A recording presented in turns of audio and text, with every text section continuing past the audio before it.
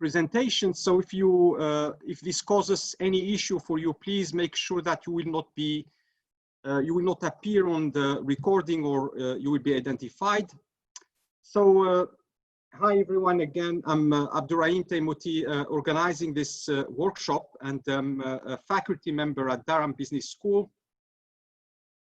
I would like to welcome you to the second online QRFE workshop for this year on financial econometrics. So QRFE is a center which is based at Durham Business School, and it is about quantitative research in financial economics. And since March 2020, we organize regular online seminars and 2 workshops in response to COVID-19. Some of our past seminars can be found online, so you can check this on YouTube channel of the Business School or the web page of the QRFE Center. So please take a look if you have time. Before we start the workshop, so first of all, I would like to thank very much the speakers, Enrique, Carlos, Valentina, Liudas, and Roberto for their time and for accepting my invitation. So that's really a pleasure to have you around. And I would also like to thank my colleague and friend Majid for helping with this workshop. And I'm sure you all received his email, inviting you to this workshop. So with these great speakers, I'm sure we will all find the workshop very interesting, and we will learn a lot. So please feel free to ask your questions. The speakers have been asked to pause time to time to take questions from you. So please post your questions in the QN and not in the chat, please. And because it's a large meeting, so just to announce that, until yesterday morning, we had around 210 registered. So because of the large number, so we may be forced to be selective in terms of questions and comments to be made. And if your question is selected, so I will either ask you to raise your hand, which will allow me to unmute you so you can ask your question directly, or I will ask the question on your behalf. So, and Majid maybe will be also helping me with this. Please do not raise your hand unless I ask you to do so. So that's quite important. I think no more things to say. So again, this meeting is recorded, so please make sure that you are not identified, or in case if you don't want to appear on the recording. So without further delay, I'm gonna leave. I will leave the floor to our first speaker, Carlos, who will present. He will present the specification testing of linear time series models. And so Carlos will have 1 hour, and again, we will be interrupting with questions. So thank you very much again, and I wish you a great workshop. Thank you. Okay. Hello, everybody. So hope you hear me clearly. I'm going to try, to share my slides. Okay.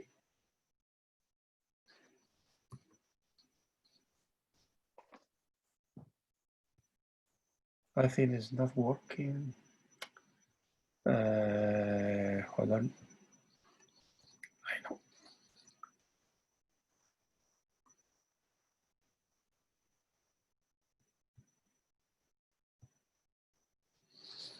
Okay, here it is.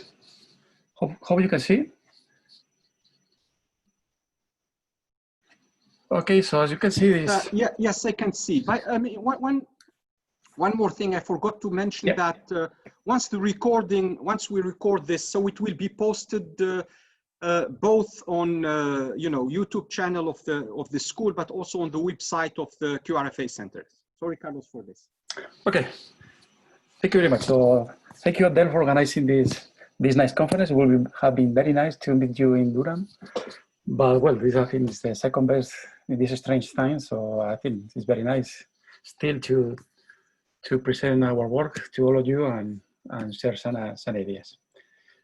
Okay, so as you can see, this is a joint work with Javier Hidalgo, where we extend our previous work on the specification testing for time series models, where here we push a little bit some ideas on non-Gaussianity, non-linearity, in order to get another test on the specification of this time series. Okay, so let me see. Okay, so the motivation is the following. When we fitted time series models, yes, can be as linear, that will be the main focus of the talk, but not the only one, or even non-linear, or more strongly perhaps in non-linear models, we impose assumptions on the innovations. You can be very weak and just assuming that the linear innovations in terms of martingale difference, or just white noise, or the innovations in the GARCH model could be martingale difference, for instance, but sometimes for ease of inference or to get more efficient estimates, we impose more strong assumptions like strong serial independence, full independence on the series, like the innovations epsilon IID. Okay, the point is that in some estimation methods, this information is not fully used in order to get this information for this serial independence, and maybe only methods based on Gaussian likelihood or just least square that are exploiting only linearity or second moments. Okay, I use. And more importantly, these assumptions are not systematically tested many times. Okay, maybe you test whether the residuals are just uncorrelated or some very basic diagnostics. So what we're going to do in this paper is just focus on this last part of how to test not full independence, but yes, the assumptions we use for build up some efficient or robust estimates of some other assumptions. And our initial idea was the simple ARMA model, where we don't impose causality or invertibility in the lab polynomials. So we don't impose that the rules of the autoregressive polynomial are outside the unit cycle, and the same for the moving average ones on the other side. Okay, so in order to identify the model and define properly the observations in this general setup is typically impose independence of the innovations, because when the model is, for instance, not causal, the representation could include lags and leads of the innovations. So martingale different stable assumptions are not enough to get a nice representation or intuition about the data. So you impose at least independence of some order, okay, where the order at least has to be 2 in the easiest case. Okay, and we use information from higher order moments to identify where the location of the roots are in this paper. Okay, so here this paper is based on independence of the data and higher order moments in order to locate properly the roots of the moving average and autoregressive polynomials inside or outside the unit cycle. But we impose these assumptions, so we don't test actually for that. We don't test whether the transfer function implied by these polynomials is the correct one. So we just take the easy way of assuming that we know the right model, right orders, and everything, and just go for estimation, identification, and so on. So what we try to do is to extend the method that we develop, and just extending some ideas in the literature for second moments, for autocovariances, linear correlation, to higher order moments, okay, and to higher order dependence based on non-causality, and trying to find out whether the linearity imposed in the model is right or not.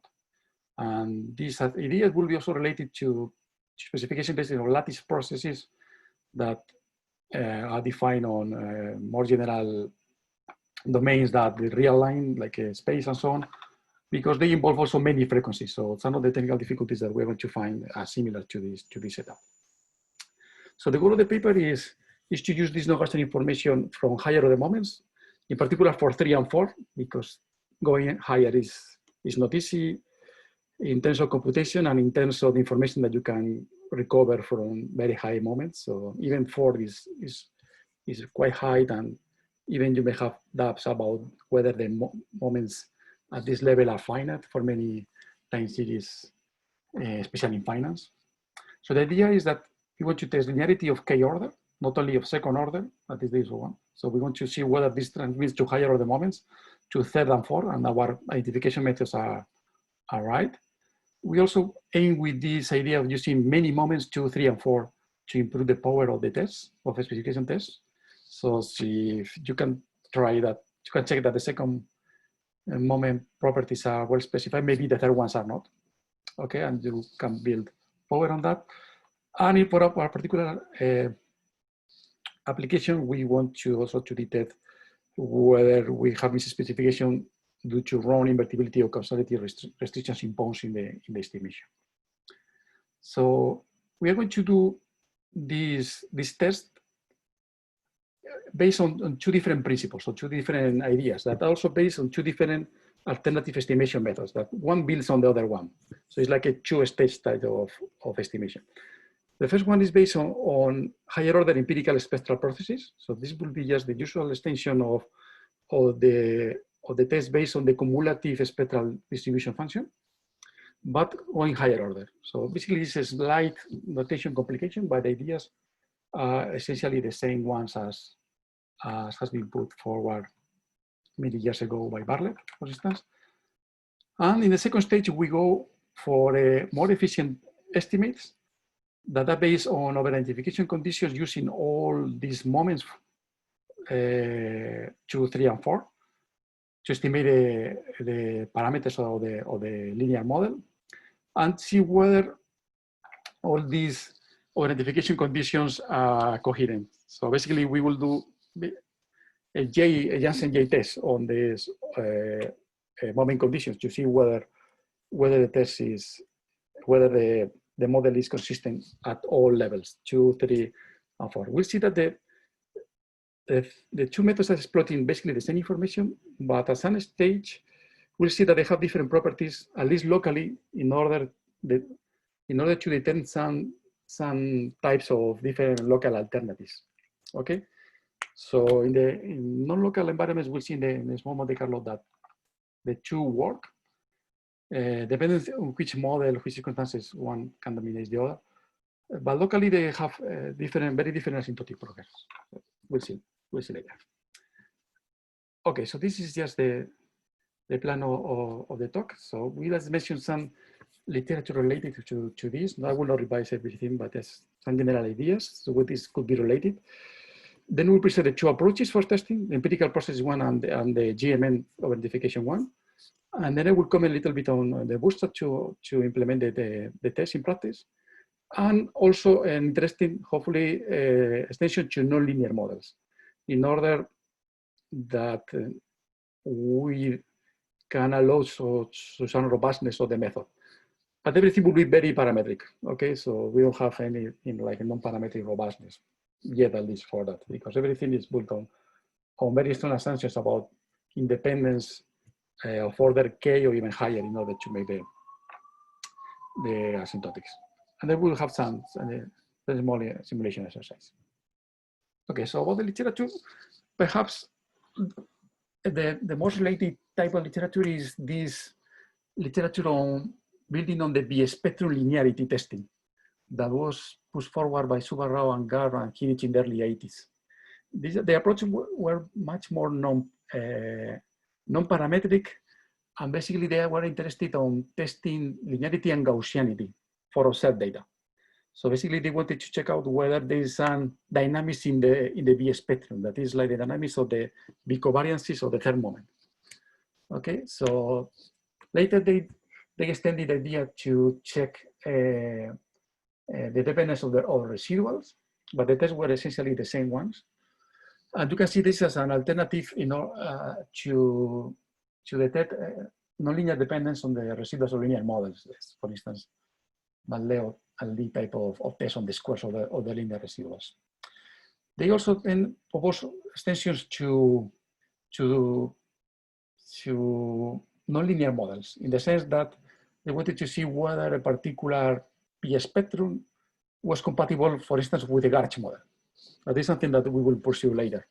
And this is proposed also in Hinich's 2009 paper, but it's still using his original test. So it's always the same test interpreted basically in different ways. And in this respect, it's just like an alternative to the correlation of squares based on gauge residuals, Limac test type of test. As I mentioned before, this is our paper will be related to all the tests on higher order types of uncorrelation. Could be either full independence, like Home test based on the characteristic function, or just martingale difference sequence testing, like my work with Juan Carlos Scanciano. But essentially, we don't test none of these two assumptions. We don't go for testing full independence, not only for martingale difference. And also related, as I mentioned before, with this idea of identification of locational roots of ARMA models for testing the spectral density of lattice processes that Javier has pursued in different papers. Okay, so this is the specification hypothesis that we try to test. So the idea is that the linear model, okay, has a very particular specification for the spectral density of k order. In principle, this is true for any k from 2 onwards. And as you can see, the spectral density factorizes in the part that is dependent on the given cumulant of the k order. So if you go for usual as for uncorrelation for the usual spectral density, k is 2. So this is just the variance. It's the population variance of the innovation sequence. And these are the transfer functions. So you have as many as k. In the usual spectral density, you have 2. And by this property of the minuses here, with this, you obtain the modulus of the transfer function and you recover the usual spectral density. So you have high order, then you have to pull more frequencies here up to k minus 1. But this representation is implied by these two basic assumptions. Of course, the first one is that the innovation is independent up to k order. Okay, so if you are uncorrelated, you can recover exactly the usual second order spectral density as usual, no problem. And of course, linearity, because basically your observations are obtained through a linear filter parameterized with this parameter vector zero naught and the innovation epsilons. And this is giving you that. We will see just an example for k equal to 3. Also, I write down here no Gaussianity because it's important, because no Gaussianity, okay, in principle is going to imply that for k larger 2, your higher order cumulant could be different from 0. Of course, this not all no Gaussian distributions have all cumulants different from 0. But, okay, typically you will assume always that there is some kurtosis for k equal to 4, and maybe there's also an asymmetry for k equal to 3. So this is not necessary for this representation, but it's important in order not to have this exactly equal to 0. That will not be a very interesting case. And this is how what Hinich and the other authors were testing. So this k different from 0 is just a non-Gaussianity condition. And this is just implied by linearity of the model. We'll see that when we have nonlinear models for GARCH, we have a similar representation where you have to replace this constant factor by the corresponding spectral density of the innovations at the given order. So this is just a little discussion on what information we can recover when we go high order. For k equal to 2, you will just recover uncorrelation, the usual autocovariances. For k equal to 3, what we describe with this spectral density of order 3 are the B covariances sequence. So the covariances are indexed by this double index, J and L.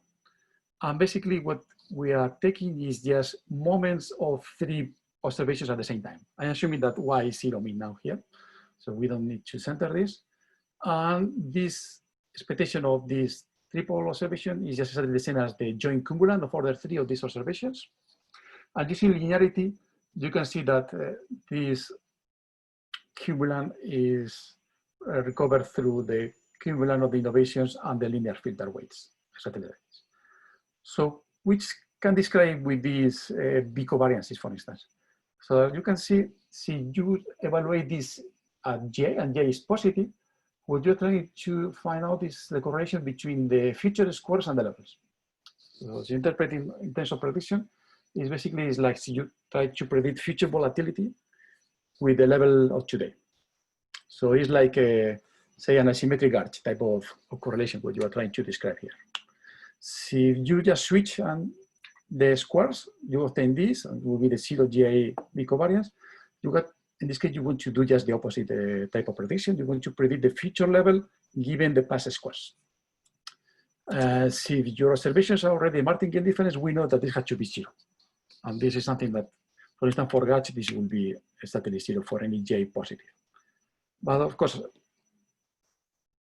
you can play with different indexes and you can recover a lot of information from here. This information is complicated to describe and even to plot, because this will be a function defined in the plane, in the square. And doing a little bit of algebra, you can also find out easily that the spectral density of the observations factorizes just in the way we have found before.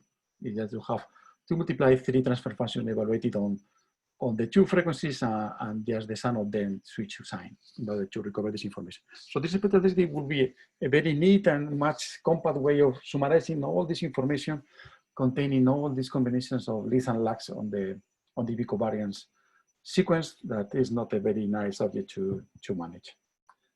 Then, of course, this spectral density has also complications. For instance, when you go order 3 and higher, is a complex object. So you have to take some care on that, and we'll see that there is maybe some information sometimes missing if you don't pay attention to this fact. Okay, so as I said, our testing will be based on two different estimates principles that we developed in our paper in 2018. And this is the basic idea of our minimum distance estimation. So what we try to do is to put information for many moments at the same time. So we have information for second moment dynamics, third moment dynamics, and fourth moment dynamics, where each of them is just trying to minimize the distance between the observed k-order periodogram, that is the sample equivalent of this higher order spectral density, and the parametric spectral density.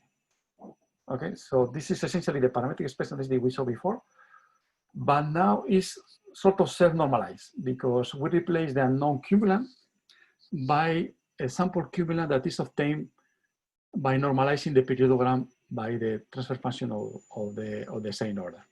So this is similar as the sample variance estimate when k is equal to 2, that is recovered, for instance, when you do Whittle pseudo-maximal likelihood estimation. So this is exactly the same estimate. And the important thing of doing this replacement here is that in order, for instance, to investigate the location of the roots, you need to identify simultaneously the linear parameters, the zetas, and also the cumulant of the right of the corresponding order, the kappa k. Because otherwise, you are not able to properly locate the roots inside or outside the unit cycle. Okay, so this is minimum distance. We're going to minimize this. So it's a least squares problem. So easy to understand. There is also a further normalization here that is normalizing by the same transfer function, but evaluated in a preliminary estimate. Okay, how do you obtain this estimate? This estimate can be obtained using linearity and invertibility and causality, because this modulus is going to be invariant to that.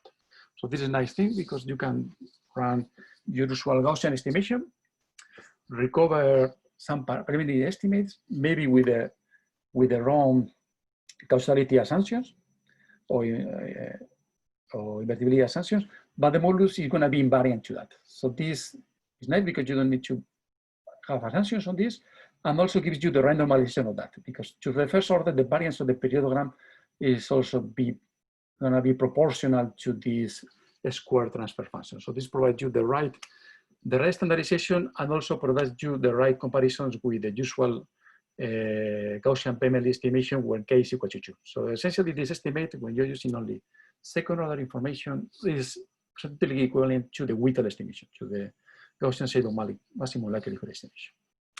And the final ingredient that is a little bit unspecified here is these weights W2, 3, 4, that weights each of them. You can let this equal to 1 of them. You can put 0, so some of them, so you don't want to use information, for instance, for kurtosis. And what we investigated in this parallel paper is the optimal choice of this. And this is not an easy task, but in the simplified situation of causal invertible model, we found in fact that a symmetry cannot improve efficiency, improves robustness to specification or causality, for instance. And kurtosis can only improve efficiency if the kurtosis is negative. So you have a platykurtic distribution. So you have heavy tails with positive kurtosis, then you can show that your estimates are not going to improve. Cannot worse, but are not going to improve either. Okay, so there is not much room to efficiency improvements on this. But of course, the idea of this estimate, that is sort of preliminary estimate, is to get something robust and that is working properly for in order to locate the roots. And our second estimation method is the GMM. As I said before, the problem here is to choose the weights. So it's not easy to do in practice. So what we thought is that was easy to pull all moment conditions. So basically these are the scores of all these three minimum distance of all the 2, 3, and 4. So we put them in a very big vector that is 3 times as long as the parameter dimension. And the idea is to pull them efficiently using a variance covariance matrix estimate of the variance of this score, this big hat. Okay, this is just a GMM type of estimation. Could be just implementing minimizing this or doing just a Newton-Raphson one step estimation building on the previous one. So the idea we will exploit in the test is that all these moment conditions should be compatible if all spectral densities of order 2, 3, and 4 are properly specified. Otherwise, you will not be able to minimize properly this loss function and your test should reject. So how we implement the test? So the idea is very simple. So what we do is just take Bartlett's TP process and we build in any dimension. So you set k equal to 2 is the usual Bartlett TP process. So this process is based on the cumulative spectral density of the innovations. So we have this ratio that we have before. Okay, so this is the periodogram normalized by the transfer function, and this essentially is recovering the periodogram of the innovations. Okay, this innovation should be IID, at least 2 order k. Okay, and this will produce something that is again IID. So this gives you the usual asymptotics. Because we have to normalize, because this will be the estimate of the corresponding cumulant. So this is scale free at this order. For k equal to 2, this is just the sample variance of the innovations, the estimate. Okay, and we have to center. So this is telling you that the cumulative spectral density of other k, okay, should grow linearly, essentially. Basically, so you're accumulating IID socks here in this CDF, and you normalize them, and you just check out for deviations for this straight line. So you go higher order, then you multiply all frequencies, and you have you are doing the same in the plane or in three dimensions. So the principle is exactly the same. If what we do to compute this CDF is not the usual thing, because we use this summation that is growing both to the right and to the left. Can I take one question Yeah, sure. before you enter in the calculation? So there's a question from Adil Ahmed Shah. So I'm gonna unmute you to ask your question. Hello, Adil? Hello. Hello, I think he's... Yes, you are... I think he's mute somehow. I don't know if... I think he's mute. Yeah, I don't know. he's unmute, it says here. I see a red microphone. I don't know if this... Yeah. What this would be. Maybe from your side, Adil. I don't see if he can mute. I don't see, you can hear him, just repeat the question. I mean, it looks like, and you know, but here it says, okay. I try to click on this. I'm not trying to do anything. I think he's Adil, gone can you talk? No. I see he's trying to share the microphone, but but still is red. Adi, let's leave the question. Maybe I can allow for okay, 2 minutes, 3 minutes at the end. Just interrupt me at any other yeah. point, as you wish. Yeah. Okay. Thank you. Okay, so just to continue, I was thinking that we are trying to compute just the spectral cumulative distribution function for the K, as simple as this. This is a nice extension of the usual periodogram, interpretive periodogram type of test. Okay. Here the only thing we have to take care is this type of summation that is growing from the origin to the outside in all dimensions. And in fact, building the test statistic in this way makes this real part redundant. So this test statistic is just scalars is real because the imaginary parts compensate on each side of the vertical axis, for instance, for the usual periodogram, and the same for higher order periodograms. But we'll see that maybe this is not a nice way of building the test because you are losing information of the imaginary part of this higher order periodogram. So we'll have an extension on that. So we'll comment on this later. Okay, so what about the properties of this spectral density test?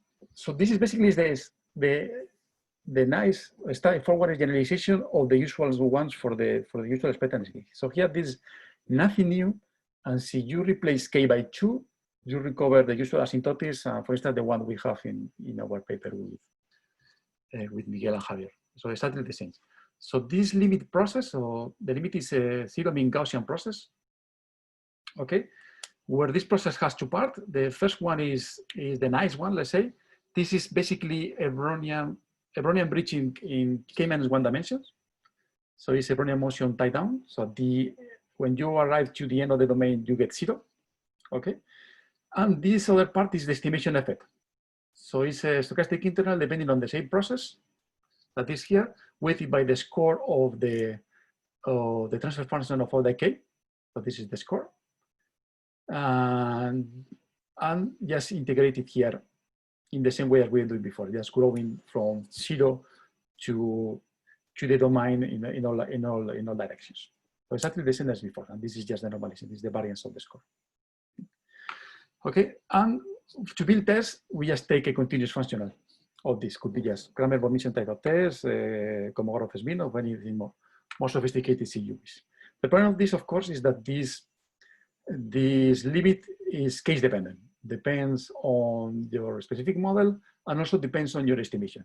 In particular, I'm thinking, just to simplify matters, that I'm evaluating on the estimate using only information of order K.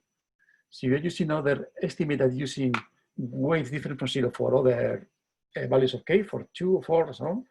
The asset distribution will be similar, but the estimation effect will be more complicated. It's exactly the same type of shape, but a slightly more complicated. In any case, will be case dependent, and that's why we want to propose a bootstrap in order to make inference in practice with this type of tests. What happens on the local asymptotics? That is the nice feature that I mentioned before. So first, we're going to consider a very simple type of deviation from the null model. So we're going to assume that the linear filter is going to be equal to the parametric one times a small deviation. And this small deviation is given by this L function. Okay? And also some reminder in order to get that this works well for some particular examples. Okay, so this is the deviation that matters. And now the spectral empirical process is going to have a drift. So basically it's going to converge to the same stochastic part as before, plus a drift. And the drift, not surprisingly, is just an integrated version of this deviation of the linear filter, convoluted to the kth order in order to give this, and also project at the projection on the score of the model, because this is subject to estimation effect. And when you have this deviation from the null model, your estimates don't behave as before, because they will have this bias. This bias, as you can see, basically depends on the correlation between this deviation of the model transfer function and the score of the model. And this is the previous part that is converging to a normal random variable. Okay, so this is exactly the same as well as we obtain in the usual spectral density case with k equal to 2. Now, the only thing we do is just integrating in higher dimensions, but it's exactly the same type of asymptotes. So hopefully, see these deviations are not fully correlated with the score, this will be different from 0, because recall that you project this out and this could be 0. So as far as you deviate in a meaningful way from your parametric model, you will have some power here.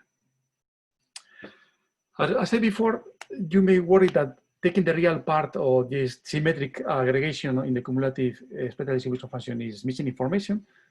So you can do this alternative process. And the idea is that you introduce an asymmetry in the first dimension. So basically you fix the first dimension equal to 0 from the bottom part. So when you are in k equal to 3 and you're dealing with the B spectrum, what you are doing is integrating on the right half plane.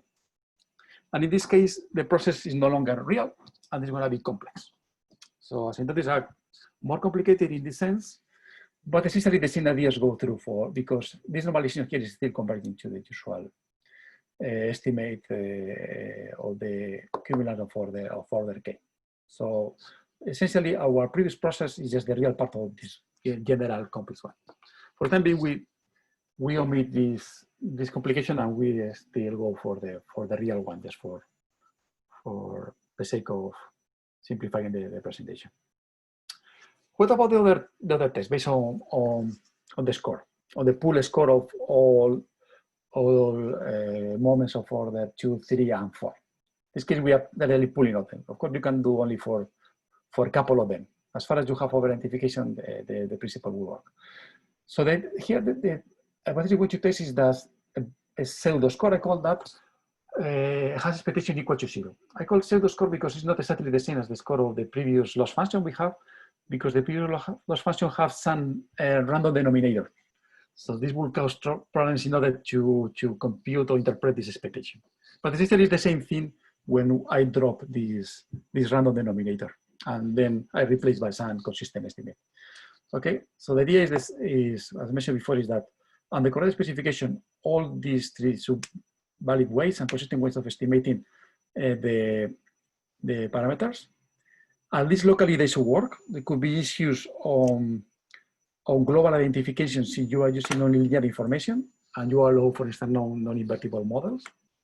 But locally, all of them under usual assumptions will be well identified, so we'll no problems about the rank of the corresponding derivatives of the score function, and everything will work. And our test statistics is just simply the J test, nothing less than this. So we can use the same normalization as for estimation, okay, and we just substitute the score on the pool efficient estimate, this okay. And under the null, we recover the usual null asymptote distribution.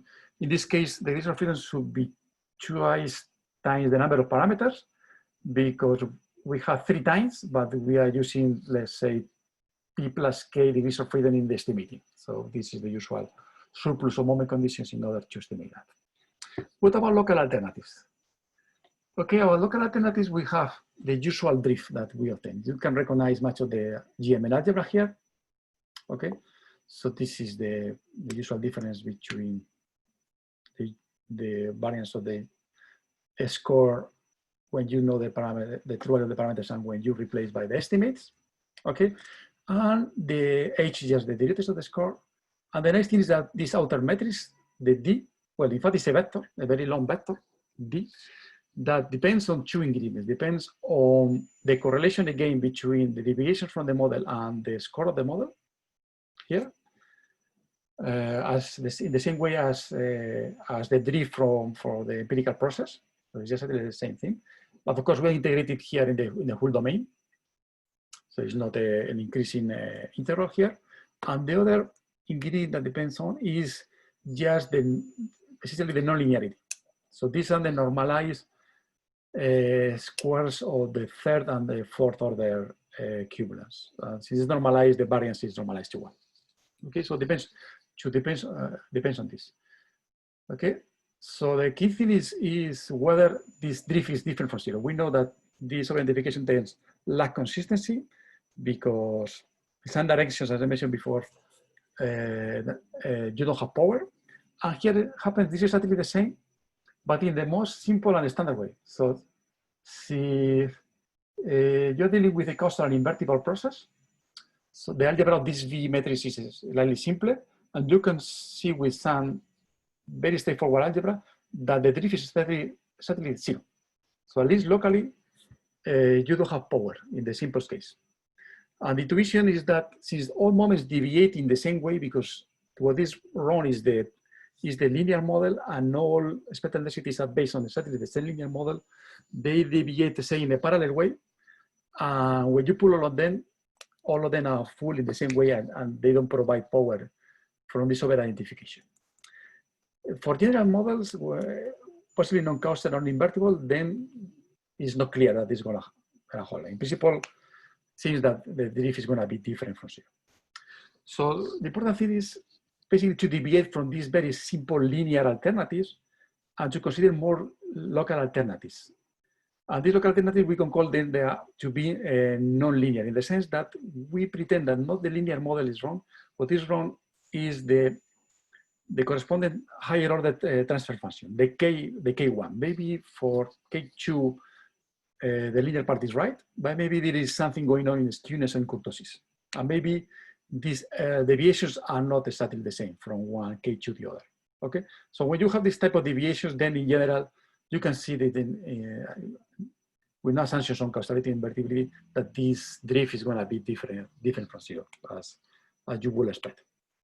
In the Monte Carlo, we're going to see that this local analysis doesn't translate exactly to final samples when the model is not local, because still you will have some power, essentially because the parameters become inconsistent and many different effects are building on. We'll see that despite that, technically the test has no power for these local alternatives. For fixed alternatives, there will remain some power, even for linear alternatives, not only for nonlinear. Because the H1 are the linear ones, H1K basically are nonlinear deviations of that. Okay, how to implement this in practice? As you can see, the J test is very simple because they have this chi-square asymptotic distribution, so it's nice for applications. It's also cumbersome in order to build up the efficient estimation, because you need to estimate these variance on the score, compute more derivatives, but Bayes in the sense of the asymptotic distribution is simpler. But in order to get more simpler inference, we can run some bootstrap approximation, especially for the spectral density, sorry, for the empirical process type of test. This bootstrap approximation is very simple because we have a full parametric model describing the dynamics of the model. So we just compute residuals. You can do it different ways. Sometimes in the frequency domain that better because you don't need to worry too much about causality or invertibility, because maybe if you have a no-causal model, for instance, you need to run a forward model, the forward filter in order to get residuals, or a double two-sided filter in order to get the residuals, forward and backward. So in the frequency domain, this is much simpler to do. Once you have the residuals, you take a resample from that. And since you have the parametric model, you can compute your bootstrap resamples. And here you have to re-estimate. You can do the whole procedure again, minimizing the loss functions, or you just can exploit some linear representation of the parameters. So here we are making a linear expansion of the bootstrap estimates around the estimate that will be now the true value of the parameter in the bootstrap world. And again, obtain our cumulative spectral density for the K using the prevalence of the results. And then you can compute this. Your test statistic and do this many times and compute the corresponding critical values to run the test. So in principle, there's nothing special about the bootstrap, given our very strong assumptions here.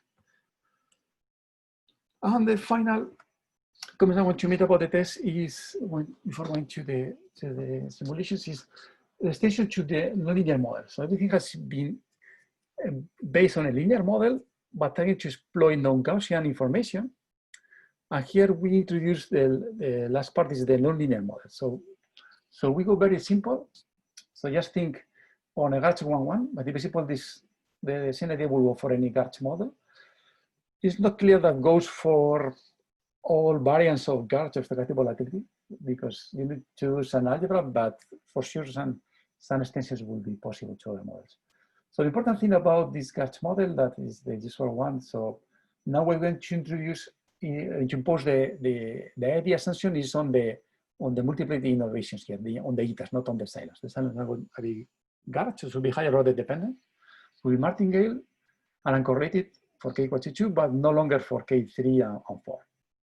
But the basic innovations are at least independent of up to order 3. For infinite, you will need to make this stronger in order to simplify your theory for estimates and test statistics. And also, we're going to assume that there is an skewness here. Okay, we'll see now why. Otherwise, there is not much information to exploit for here, we have seen before. So we need this to be different from zero.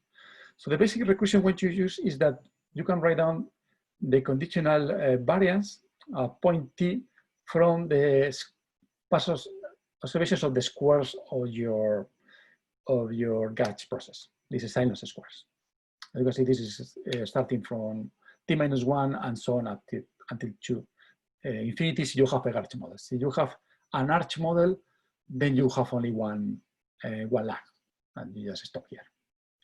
Okay, we assume the usual identification condition on the gauge, and our point here is to, as I was mentioning just now, the dynamics of the skewness. So the first thing we have to make sure is that this gauge process has some asymmetry. So if we check the third moment, it's easy to check that this is going to be proportional to the third cumulant or the third moment of the innovations here, this one. And our basic assumption is that this has to be different for zero in order to get some information from the dynamics of the skewness. In principle, we can go to the kurtosis. The only complication is the algebra, but in principle, you can do that. But maybe you have to impose more assumptions in order to recover the dynamics of the kurtosis. For the skewness, it's nice because you don't need to impose or parameterize anything more than this. That is, of course, already a lot, but it's nothing more that is done many times in practice. So if we do the same experiment as we did before with the covariances, we can see that since this gauge process is a martingale difference, there is no way of predicting the future. So this third order moment is always 0 when J is really positive. So if we try to predict the future level given the past, arranged in any way, you always want to have 0 prediction. So there is no information that you get. But if you try to predict the future squares, the volatility, of course, you're going to be able to do so, given the levels. Okay, in regards to always think that you try to predict the squares given the past squares, but you can also, so you have a symmetry, as you know, you can also make the exercise of predicting the future volatility with the past level.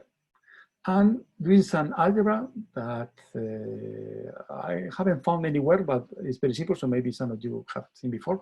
You can have this nice recursion. Okay, so this depends basically on the joint persistence of the gauge process.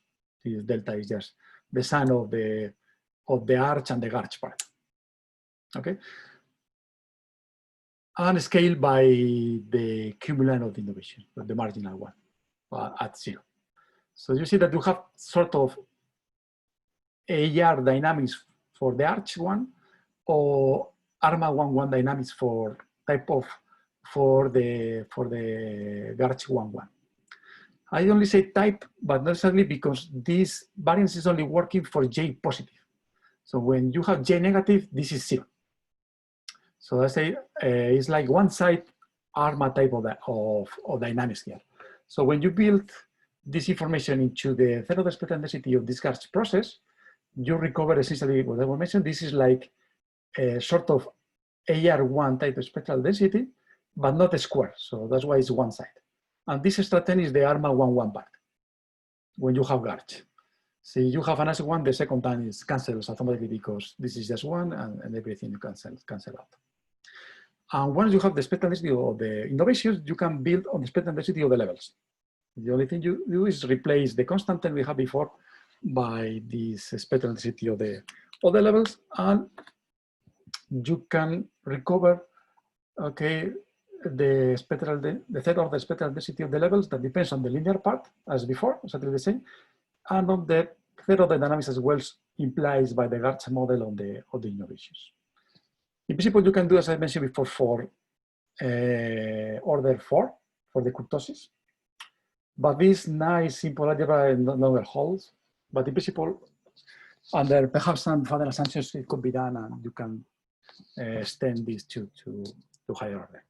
In fact, I'm experimenting with this part, and I don't have results on how this works in practice, because see, you want to deal with all non-causality, invertibility, and arch dynamics at the same time. Things become complicated, but in principle can be done as well. And also some estimates of the Garch part could be derived from this representation. As well, in the literature on Liudas mode, you can derive estimates of the Garch models using the dynamics of the squares, the spectral density of the squares. So this is a connection with this part as well. So just comment briefly on the simulation exercise. This is very simple. So we took the simplest model, just a MA1 model.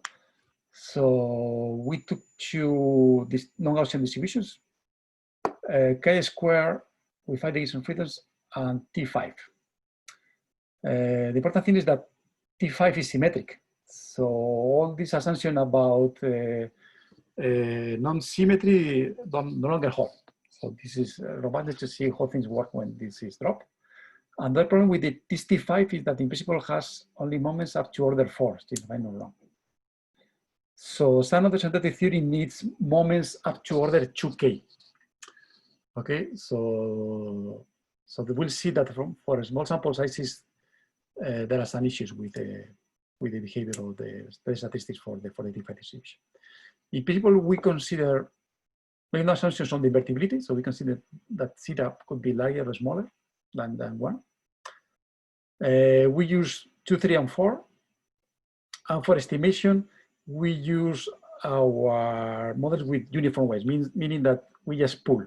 We don't try to make any efficiency improvement or anything like this. But to locate the root location or the image, whether this is larger or smaller than 1, we use, of course, only 3 and 4 to provide no information. I will see some confirmation of this. We use 2 sample sizes and for some replication. I think some experiment are using less in order to have this ready for 2B. So we use bootstrap all times, and we just use 1, 5, and then nominal size. Which test statistics we use? We use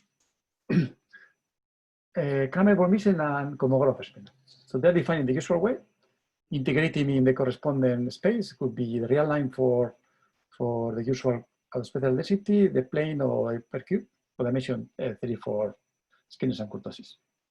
We also pull simply just making the sum of this. In principle, the scale of this should be comparable, so this can make some sense in order to aggregate them just roughly. For the Comoros middle, maybe it makes more sense to take the max of all of them, but maybe information is better pulled with the sum.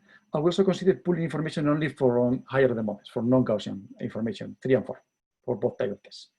There's only to detect violations of nonlinearity. So what about size? So size, even there's a bootstrap, performs relatively well. Okay, and I say we have more problems with the T5 distribution, because we have problems with the assumption that K3 is different from 0. Also, kurtosis-based tests are working worse, because the higher moment you go, the more unstable everything becomes. And also, as typically, homographic middle tests are more undersized. So this can also depend on how you implement the bootstrap on the nano or replication. So this may improve in more extensive Monte Carlo experiment. Let's see some numbers. You can see that, for instance, for T5, here is big distortions. This would be 10, and you obtain almost double. But when you go to size 200, things becomes more reasonable. And for 200, things are behaving in a reasonable way. There's some undersize and some points, okay, but not at least not severe oversize. So the tests are more or less safe, at least for 200. And as you see, violations of the symmetry condition on T5 is not very meaningful at this stage. Everything behaves as should, even for the symmetry one, for Komorov number of misses of order 3, everything is more or less as expected. The same for Komogor. The aggregated taste in size behaves reasonably well as well. So no problem. So the more you aggregate, typically, the more you compensate the possible deviations on size. Okay, so perhaps more interesting, go to the power simulation. You can see that just 3 very straightforward setups that correspond a little bit with the goals of the paper. So the first one is just to check in linear alternatives. So here we don't contribute much because there are thousands of tests on correlation that could detect that. So we estimate an MA1, but the real one is an MA2. So of course you are fitting this wrong, and anything was pairs and all tests you can imagine that will detect that. But we're going to see whether higher order tests can help or can detect something. There's some information there. So it's sort of a benchmark. Then we have a nonlinear alternative, so just a very simple Arch1 deviation here, as before. So this corresponds to the second class of linear local alternatives. This is not very local. And the first one corresponds to the global deviations from the model. So these are the two alternatives, the H1T and this is the H1TK. Okay. And the third situation cannot be made local in any way because it's just specifying on the location of the roots. So basically, I'm running a non-invertible MA, but I'm forcing invertibility as usual. So basically, you are getting the right linear dynamics, but the wrong higher order dynamics. This is something that usual methods should not detect. Because linear methods should have problems in order to detect the second and the third alternatives. And we expect that the nonlinear model will have some power against the first one, but of course, much less than the linear methods. So this is basically what I just mentioned before. And maybe it's better to go to the numbers because I think online the numbers can be seen better than the slide in a screen in the seminar room. So let's see if this is true. So well, first linear alternative, MA2. We see the linear methods based on second order information do very well. They get almost 100 power. Okay, this is only for 100, so a smaller sample size. So this is as expected. What about nonlinear methods? Nonlinear methods have some power, but not much.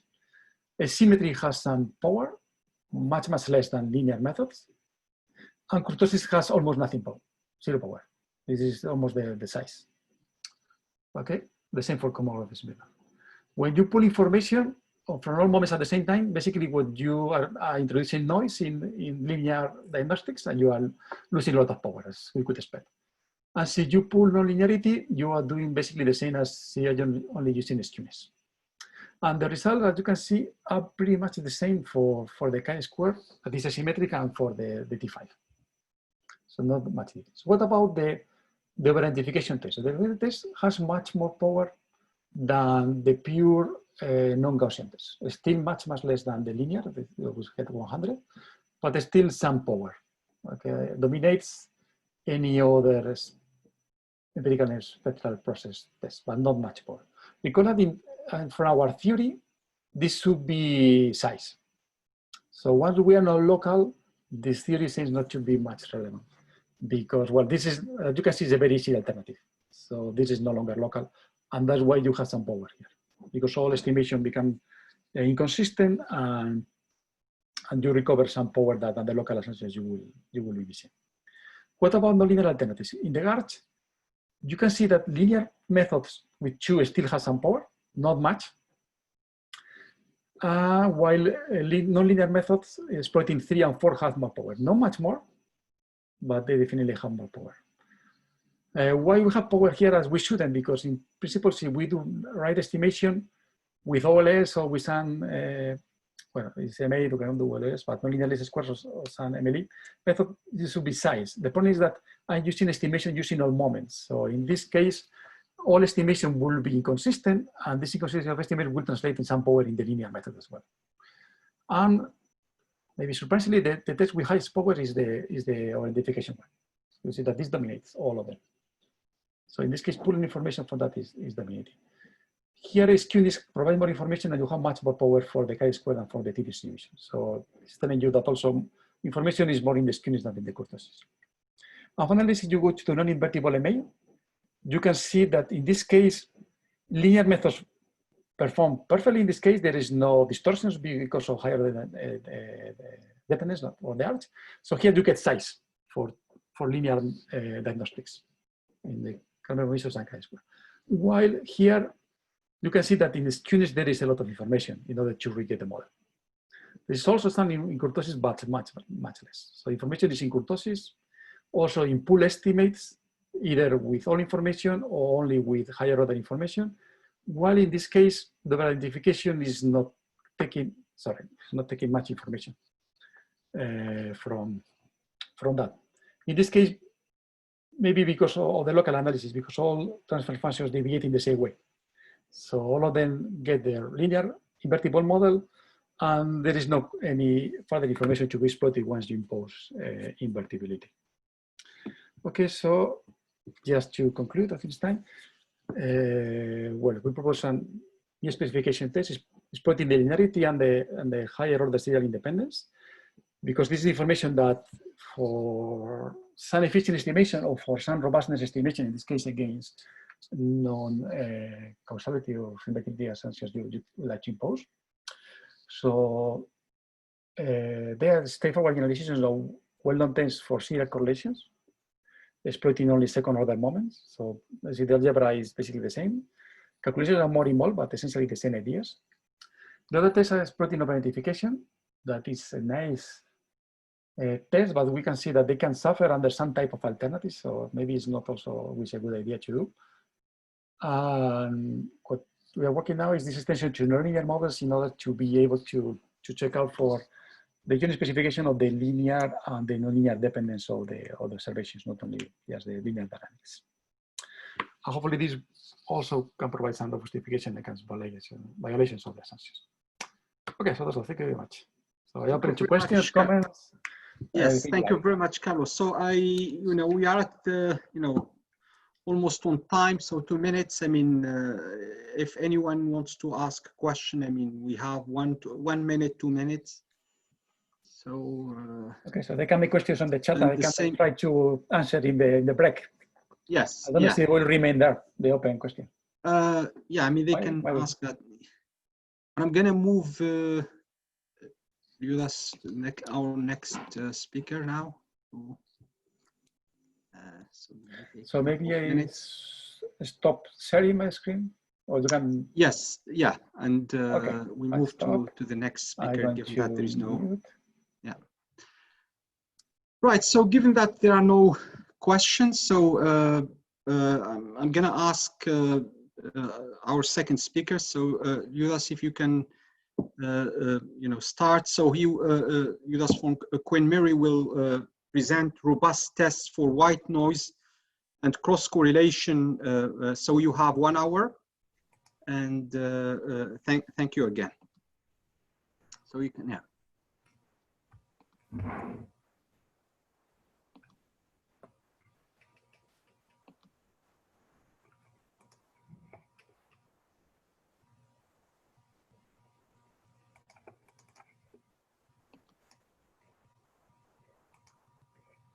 Okay, can you see it?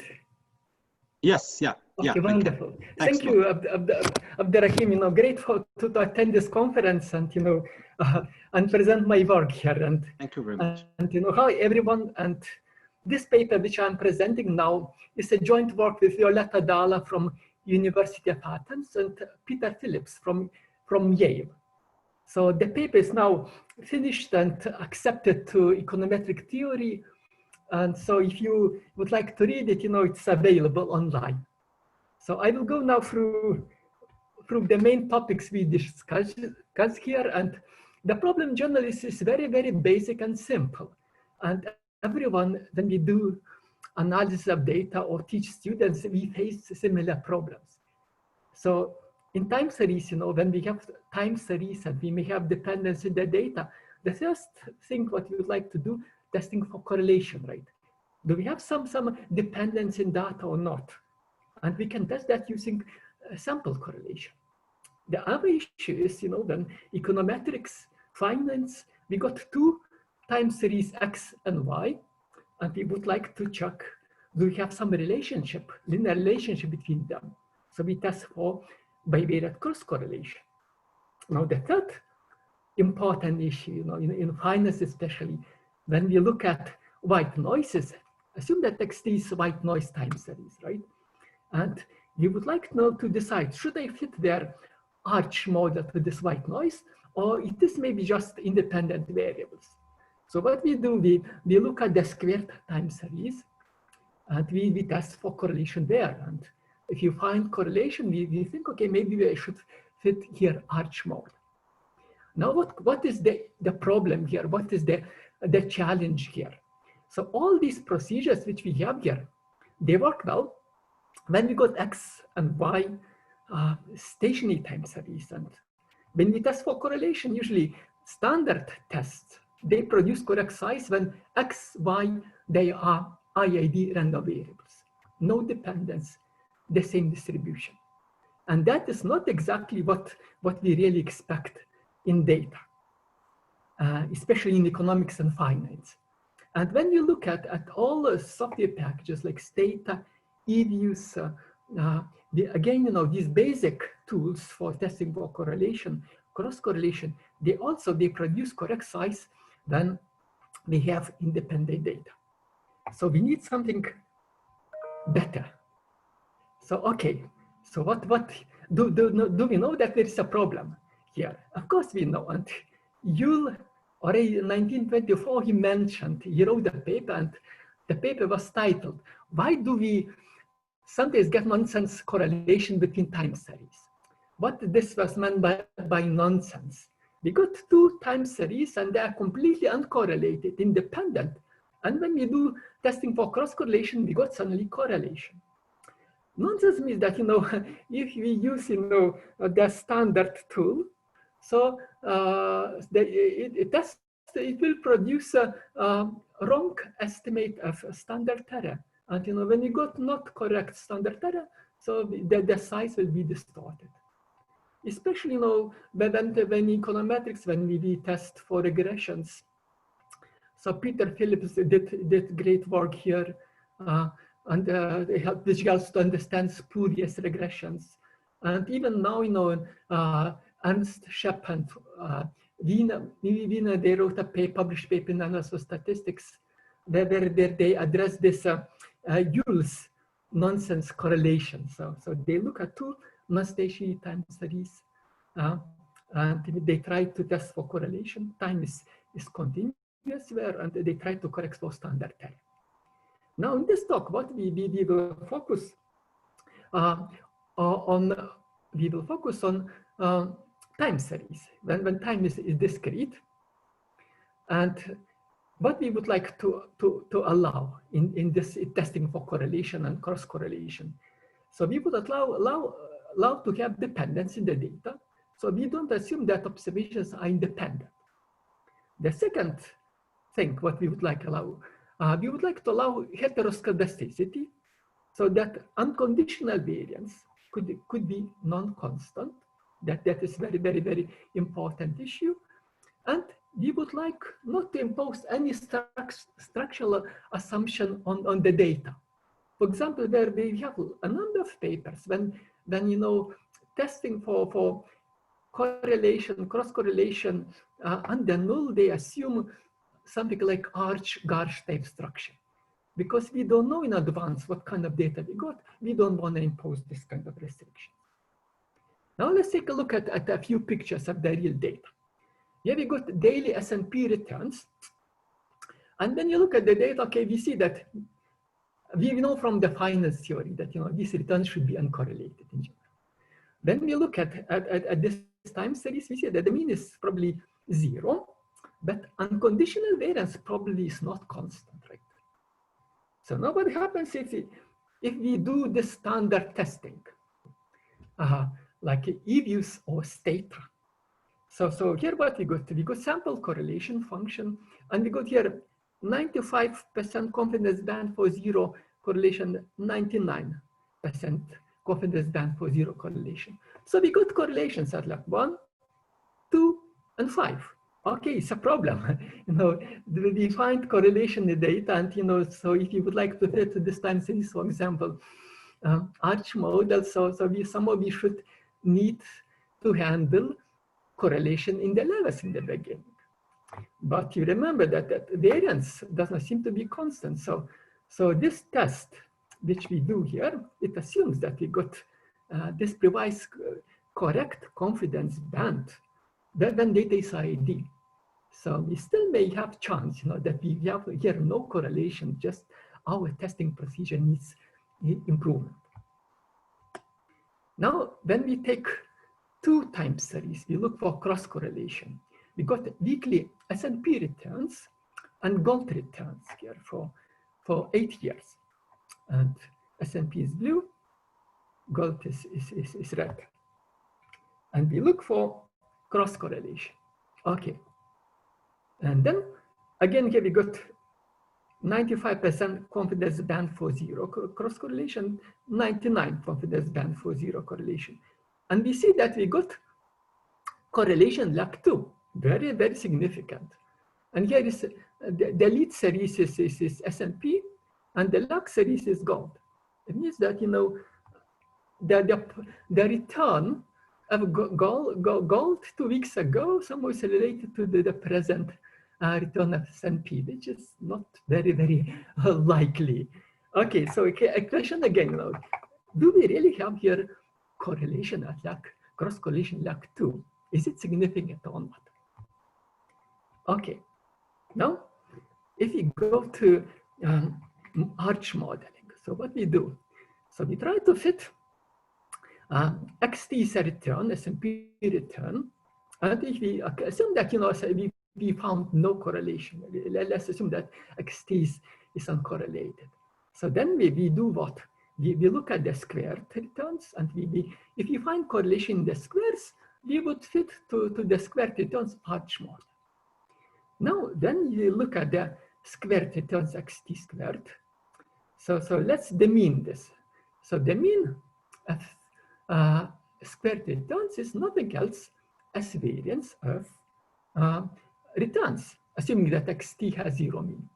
And here we got mean, and as you remember the plot, this mean is time varying, probably time varying. It's not constant over time. So mean is not constant, and here we got centered part is a random variable, could be Garch type process, could be maybe independent variables. Now when we check for cross correlation, here using sample correlation or angle test, here sample correlation, see, we got lots of significant correlations here for many lags. It's like long memory. Now should keep in mind that, when you do testing for correlation using standard test, we assume that the mean is constant. And we know that if the mean is time varying, sample correlation will produce spurious correlations. So although we will see here lots of significant correlations, this does not imply that in general, this correlation comes from this term, like centered variable. It may come from the mean. So, okay, the problem, do we have here, if we would able to handle this time varying mean, would we have here in centered part Garch type model or not? Or maybe we would have just independent variables. So open question. So now, when we look at the EViews outputs, okay, so we look at FTSE 100 returns, daily returns. Okay, we computed sample correlation, and we computed p-values of Leung box test here. And you see p-values are zeros. So this tells us that, we got here correlation in the data. These returns are not a white noise. So it's a problem there, okay. But we should keep in mind that EViews, when we produces Leung box test, Leung box test will produce correct size when series is a series of ID random variables. If you got their dependence or heteroscedasticity p-values, these size of a Leung box might be distorted. So what we can do here? Okay, And to finish, status, well, very popular software. We look at the FTSE returns, we compute correlation at individual logs here. We got here 95% confidence band for zero correlation. And we see many, many significant correlations here.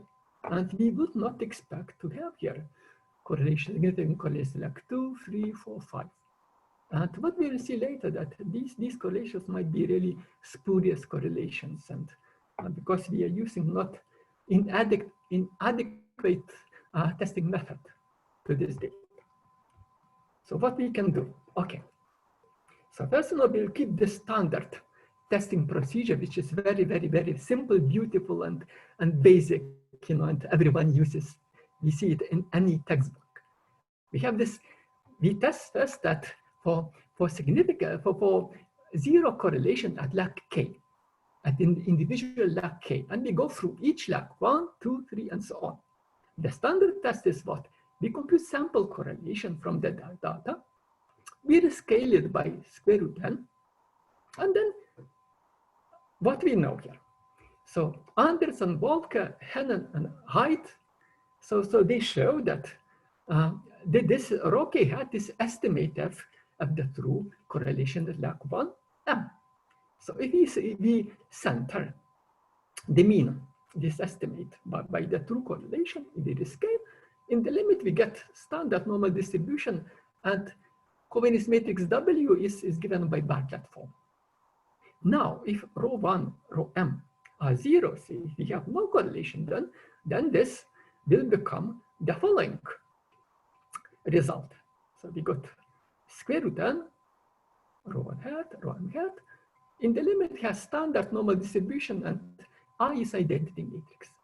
And you used this result to test for correlation at lag k. So this is the result which we still see in our software packages, EView, state, and so, which we use. Now, what is the problem here?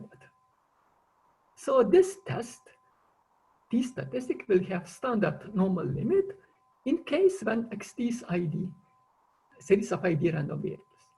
So size will be distorted, and something will be very significantly distorted if xt is series of dependent random variables. For example, Garch time series, or we got here the stochasticity. For example, variance of xt is not constant, and this is very likely in economics 5.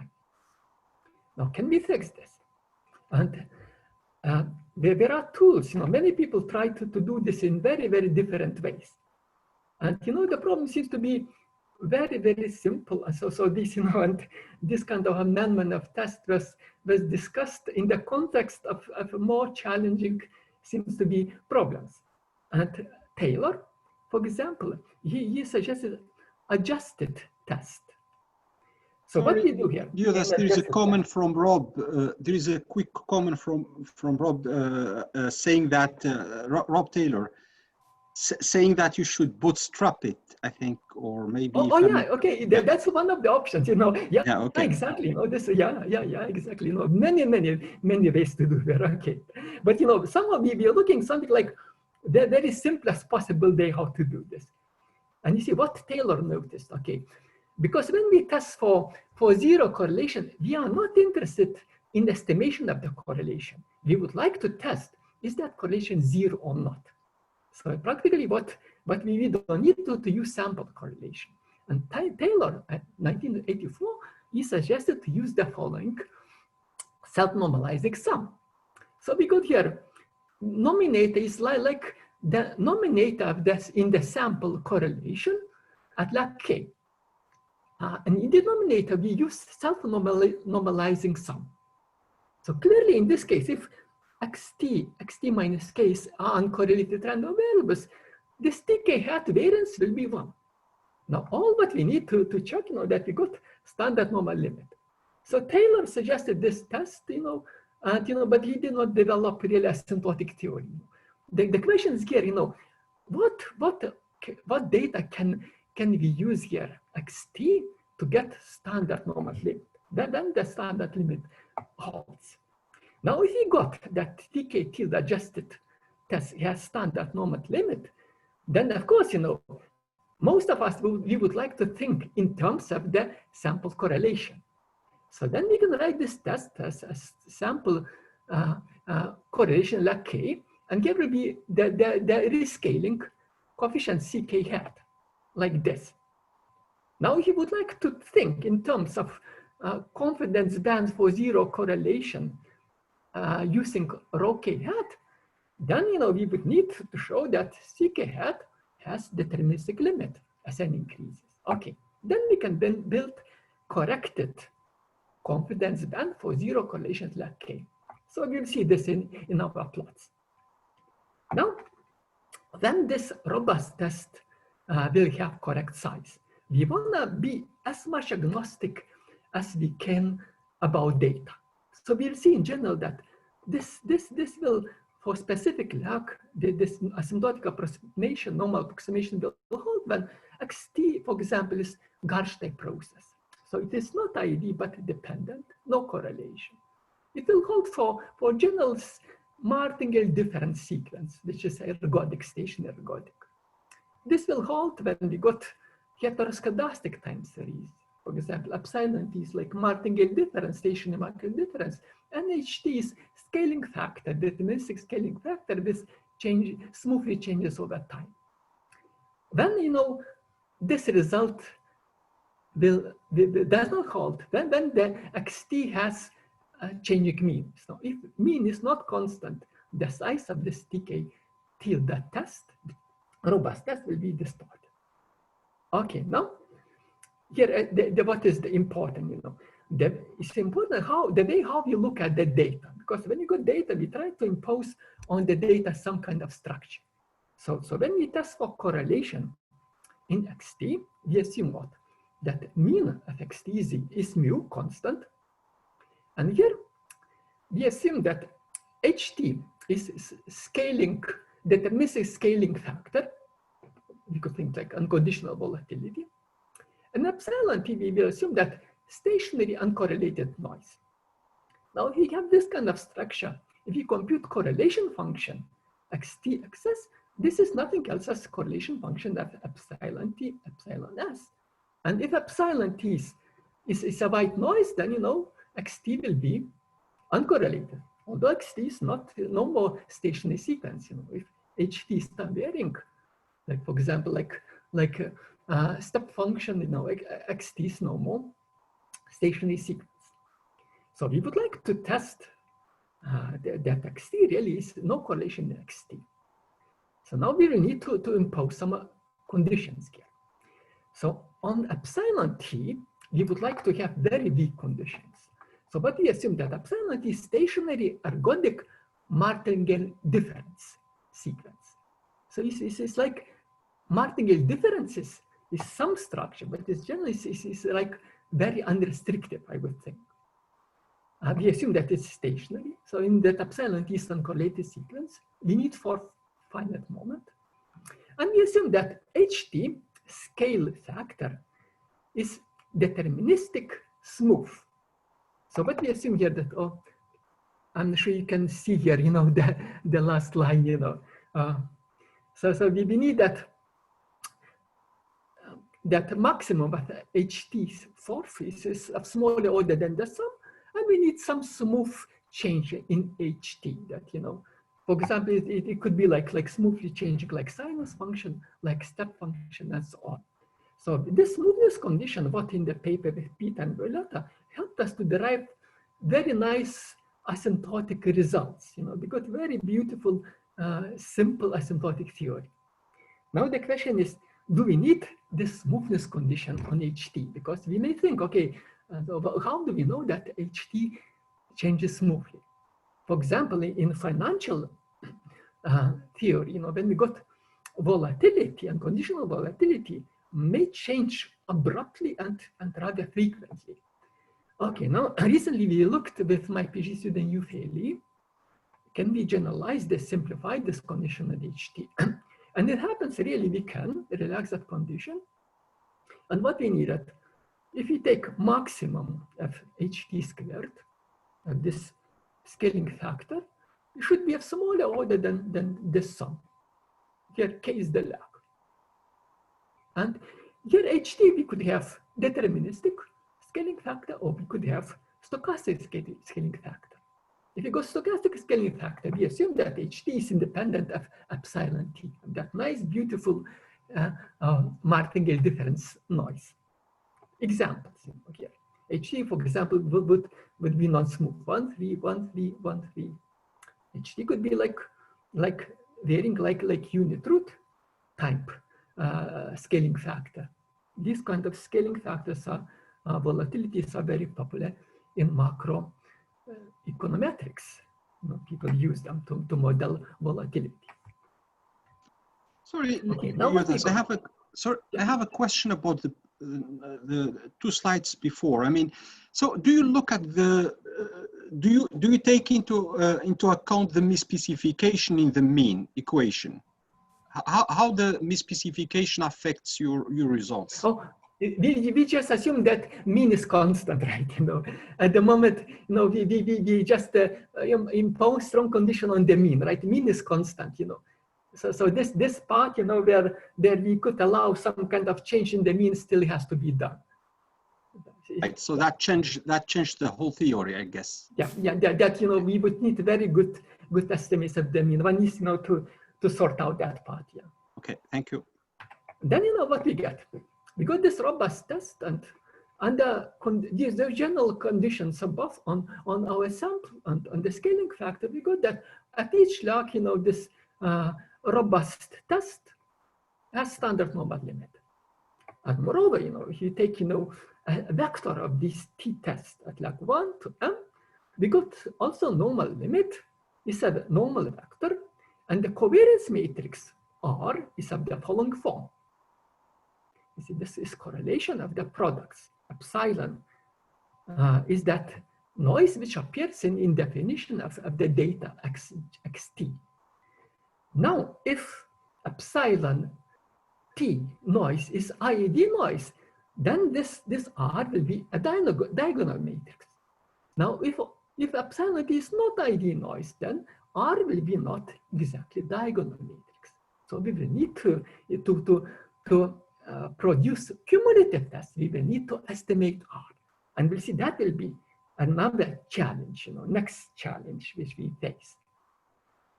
Okay, now, in addition, what we can show that if we would like to think in terms of our standard sample correlation, then we can write this robust test in the following form, and under conditions above, we can show that CK, this scaling constant, has the limit. So we can produce, we can estimate this, we can compute CK hat very simply from the data, no problem at all. So we get the confidence band, correct the confidence band for 0 correlation if we think in terms of the rho k hat. So we can produce the standard plots, and then those confidence bands which we have in EView state and so on. We'll see them later. Now, since we got this convergence of the vector of M t robust test, this asymptotic normality, then we can use it to produce the following statistic, and we'll have in the limit chi-square distribution of this m degrees of freedom. Now, if R is diagonal matrix, then statistic. This statistic will become like this. And if you think in terms of the sample correlation, we'll have the following statistic, which is Luke-Box statistic. But now we know that R is not a general identity matrix. So we will need to estimate it, right, to get this nice, beautiful. There is a question from Rob. Maybe yeah. Sorry, I mean to interrupt you. Yes, please. I will try to mute him, maybe to see. No, Rob, yeah, it's Robert. But he did. Can you? Okay, Rob, can you talk? Yes, I'm here. Okay. Hi, Rob. Hello, Liudas. I just wanted to ask you: are you assuming M is fixed? Yeah, it's M fixed. Yeah, exactly. Because it's like a Luke-Box test, right? So we take, M could be 1, 2, 3. So like we will produce cumulative tests. Yeah. Because I think if you don't do that, you may have a problem with your limits, because although exactly. We assume it's fixed. Although because there's a lot of things that people don't realize. If you do sequences of statistics where you white correct them, if you take if that sequence diverges in some way, then the joint distribution will not be invariant to heteroscedasticity. Yeah, exactly. Yeah. But if you keep it fixed, I think it's okay. So you're fine. Fixed, yeah. Thanks. Thank you. Great. Thanks, Rob. Okay, now we go to cumulative test, right? Because, in EVS, we see, the test at specific lag for correlation, and then we got cumulative box test, right? Null hypothesis here that we fix M, number of lags, and we test simultaneously that we have no correlation from lag 1 to M, or we could select segment of lags there. So now Lung box test is the following form, and practically, this test assumes that there is no correlation between sample correlations at the different lags. So it's and this holds when we got ID data. As soon as we don't have ID data, this is no more true. So now how we robustify this cumulative test. What we do, we introduce, we need to estimate that covariance matrix R. So we got our robust statistics at lag 1M, so we can easily compute them. And then we get this, we need to estimate matrix R. So now we know how to estimate R. This is not a big deal, people had this idea, how to estimate R. So here we got empirical estimate of R. It has the following form. This estimate of the element, here is NJK, and we can compute from the data very, very easily, this NJK, the estimate. Now, what happens here that in finite samples, when sample N is not thousands, it's like small, this estimate is not that good estimate of R. So, we may have, the cases when this R matrix is diagonal, or maybe it is very sparse, we got diagonal and we got a few non-zero elements. So when we estimate R by this estimate, those non-zero elements will be polluted by small numbers, estimates, and when we invert this matrix, this will distort the size of the test. So people try to handle this cumulative testing in different ways, mainly to fix the size. And what our main idea was to how to fix the problem is to do thresholding here. So we do thresholding.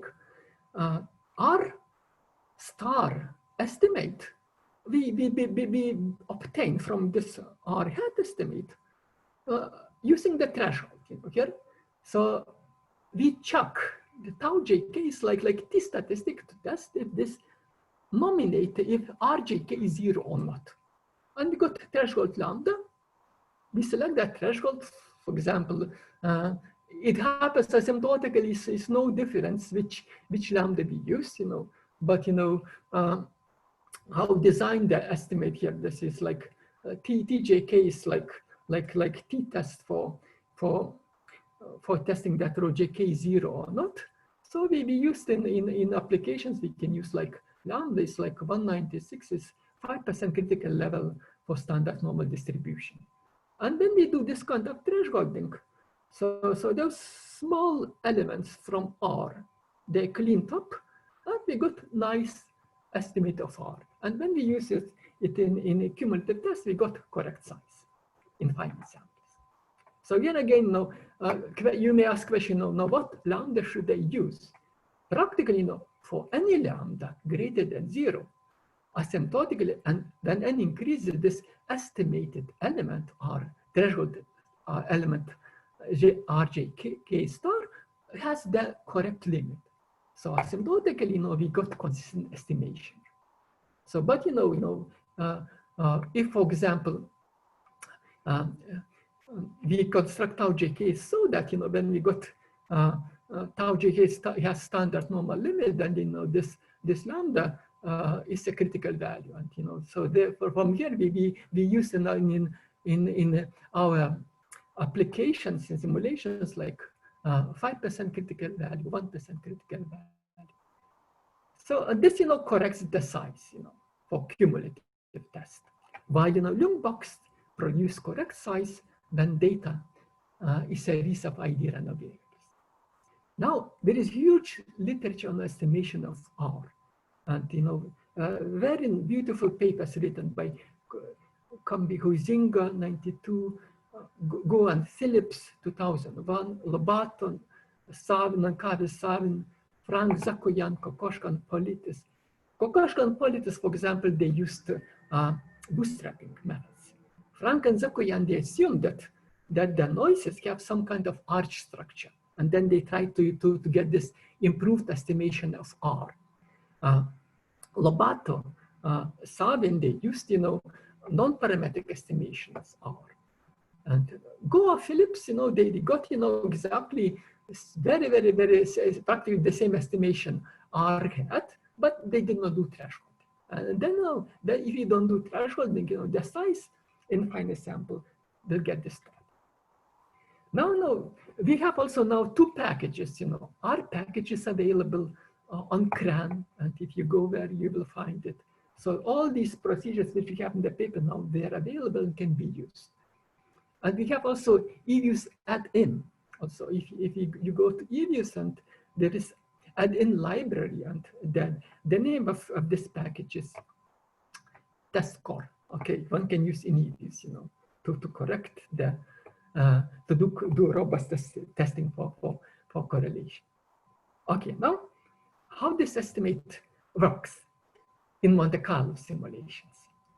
First, what we do, we have these two competitors, We got T hat is standard testing procedure, and T tilde is our new robust testing procedure. Here we have testing at specific log for correlation, and here is cumulative test. So the log is M is here cumulative log. So now we do here, sample size is 300, we got 5,000 replications. And, if test produces correct size, this, rejection frequency should be close to 5%. And we see this robust test gives us 5%, and cumulative test also is close to 5%, and standard test also is close to 5%. This is not slightly deviating from 5% when lag increases because of this standardization in the standard test.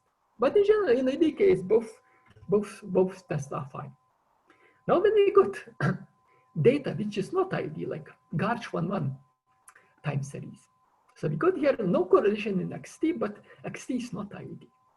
So we see that robust test, T tilde, still produces correct size at specific individual log and a cumulative log.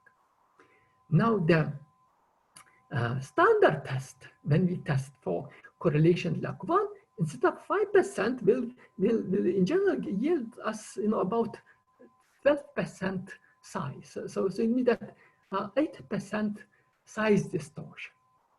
So now, and this we have the size distortion for a few logs, and then it disappears.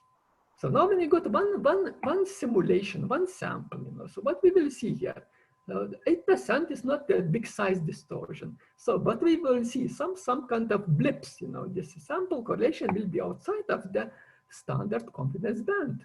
What we saw in the example when we looked at the S&P returns, we got some correlations which seems to be outside the standard confidence band.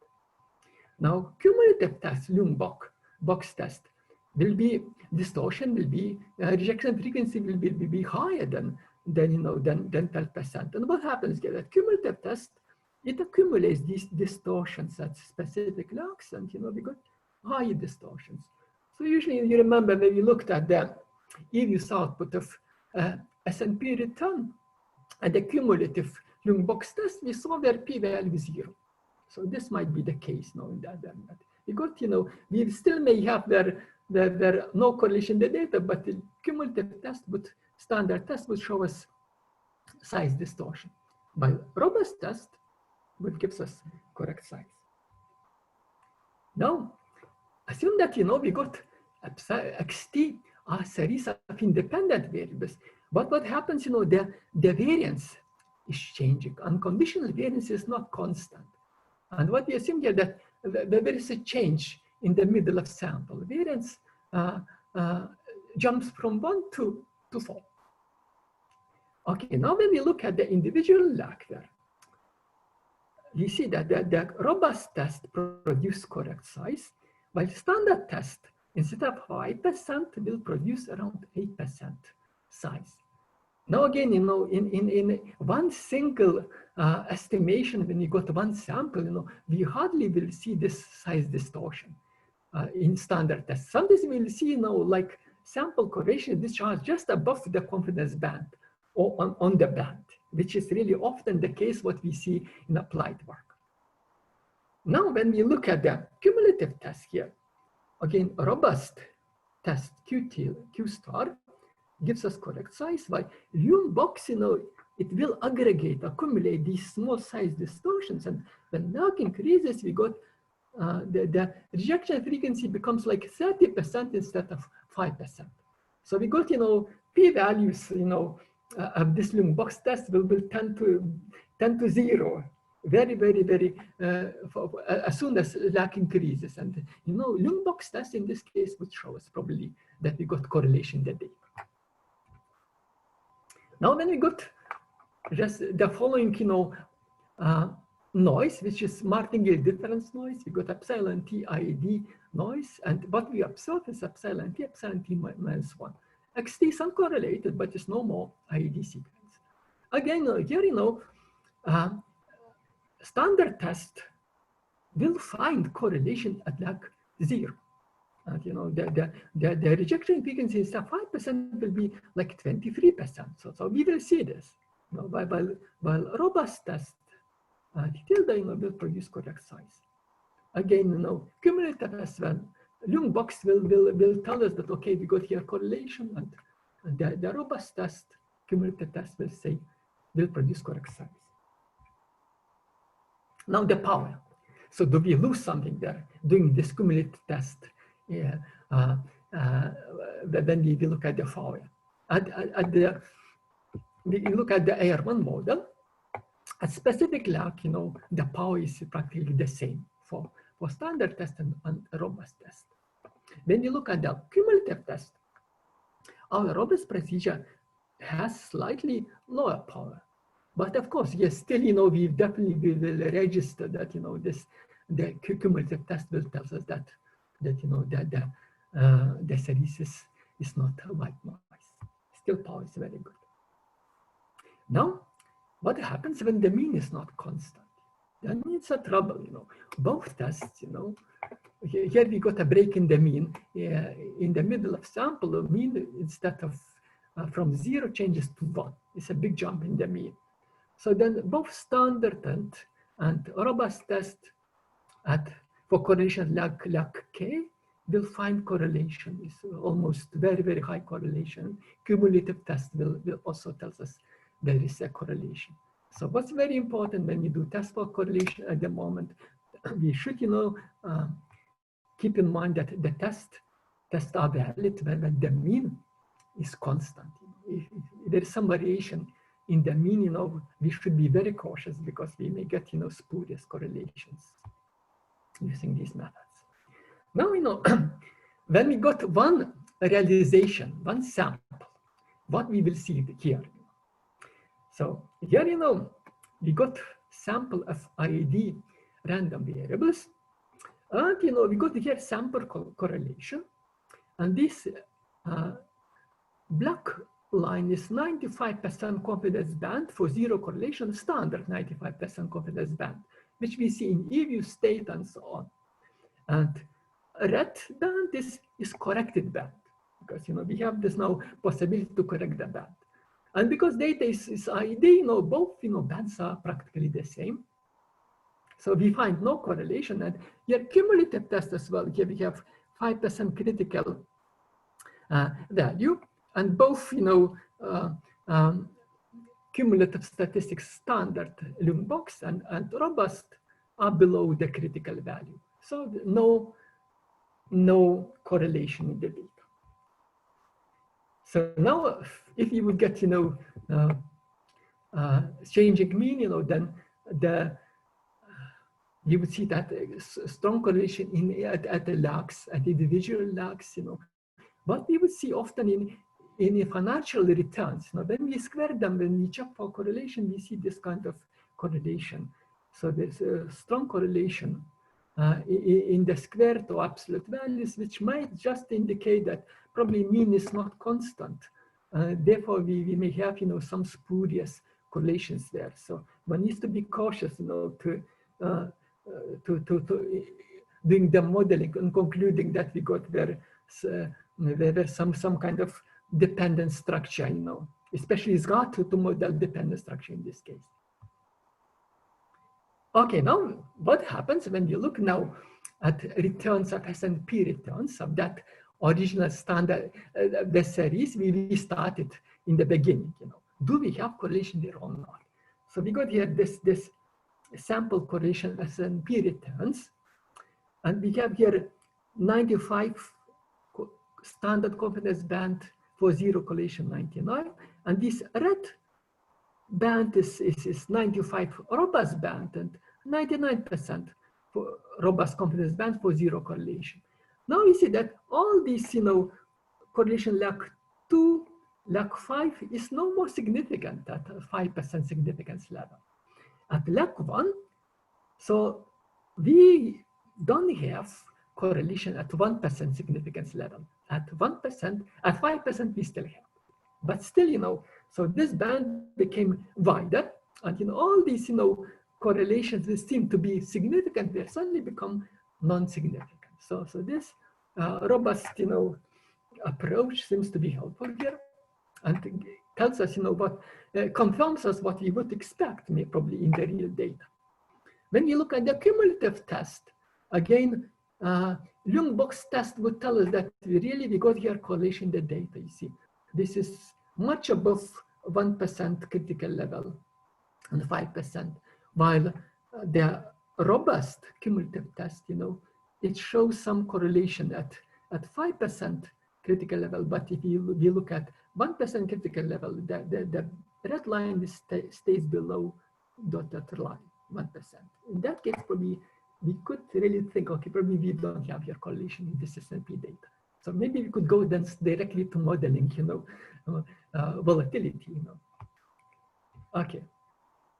Now, the next step is now we would like to do testing for cross correlation. We got two series and we want to check for relationship between XT and YT. And this somehow, when you look at the software packages, this is not really included. Cumulative tests for cross correlation is not really there. And we got tests for a specific lag for cross correlation lag K there. But again, there will be a problem there because we will see what is the problem. Why what kind of pitfalls we have here in this testing for cross correlation. What should we take into account? We should be very cautious here when we do testing to get rigorous testing results. So again, we can use standard Pearson cross correlation, the lag K. It's easy to compute. Everyone knows this. And we can produce as well a robust test statistic rho tilde at lag K. So here we use, again, this self-normalizing sum, which is very, very probabilistically, mathematically, very, very beautiful object. It's very easy. It's easy to get, asymptotic distribution of this quantity under unrestricted assumptions here. So what we would like to have first, if the test is valid, so we would these test statistics under null hypothesis, and there is no correlation, should have standard normal limit. Now, as well, then we would like to have also cumulative tests. And now, this again, Leung box test is very, very popular everywhere we see it, but cumulative test for cross correlation is not really visible in the software packages. But there is such test, And how on box, 76, 77, they suggested a test for cross-correlation, cumulative test, which is like a version of the box test we use for univariate time series. So we got these cross-correlations, we take the sum, and in the limit, this should have chi-square distribution with m degrees of freedom. Now what we know here, okay, this this will be true under very, very strong conditions on x and y. So what we need, x and y should be mutually independent, and x should be series of stationary series, uncorrelated series, and yt's also should form a stationary uncorrelated series of random variables. So only then, this HB cumulative test will have chi-square limit. And assuming, of course, that x and y are independent, it's a very, very strong requirement. We may, you wanna remember, we wanna test that x and y are not correlated. We don't want to assume that they are independent mutually of each other. So for that, we look at this robust test. And now standard tests, for cross correlation, they will give the limit which we could use, in the case when x and y are stationary white noises and x and y are mutually independent.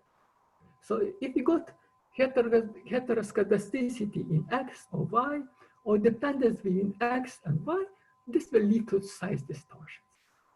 Now, the robust test we introduced will gives us this limit under much weaker conditions. So here we allow x and y to be heteroscedastic white noises. So they could be, they both, we assume that they both are series of uncorrelated variables, but they may have, changing variance.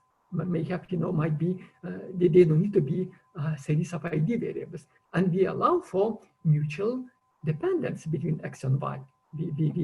We assume in this case they are mutually uncorrelated, but they could be dependent. Okay, now how we look at the data? In this case, again, we do the testing, so we need to impose some structure on the data. Again, in this case, to do this cross correlation testing, restrictions are rather weak. But we assume that x has constant mean and y has constant mean. Now here, this term, epsilon t, eta t are stationary time series, and they are such that for given lag, epsilon t, eta t minus k forms uncorrelated stationary martingale difference sequence. So in that case, we will have no correlation between x and y at lag k. H and gt, we assume that deterministic scaling factors. We assume that they are changing smoothly. They could be like step function, could be like increasing, like sinus functions. So and this, smooth change also can be slightly relaxed at expense, imposing stronger conditions on epsilon t and eta t. So in this case, when you got this kind of setting, then correlation between xt and yt minus k at lag k is the same as correlation between epsilon t and eta t minus k. And under this assumption, we got zero correlation. So a simple example, for example, here would be that assume that epsilon t is ID sequence Ct, and eta t is function of the past of epsilon t, epsilon t minus 1, epsilon et minus 2, and so on. So this epsilon t, eta t will have zero cross correlation, like 0, 1, 2, and so on, but they will be not mutually independent. So this, our robust testing procedure will produce correct size. So now, what is the issue with testing for cross correlation? So why we need to be careful here? There might happen, that we got xt and yt, assume that they are mutually independent. Then, of course, there is no correlation between x and y at any lag. Now, if x and y are series, both series are series of independent variables, then tests, both standard test and robust test, will produce this will be oversized, you know. So you know, here, you know, we must be very cautious when we do this testing for cross correlation.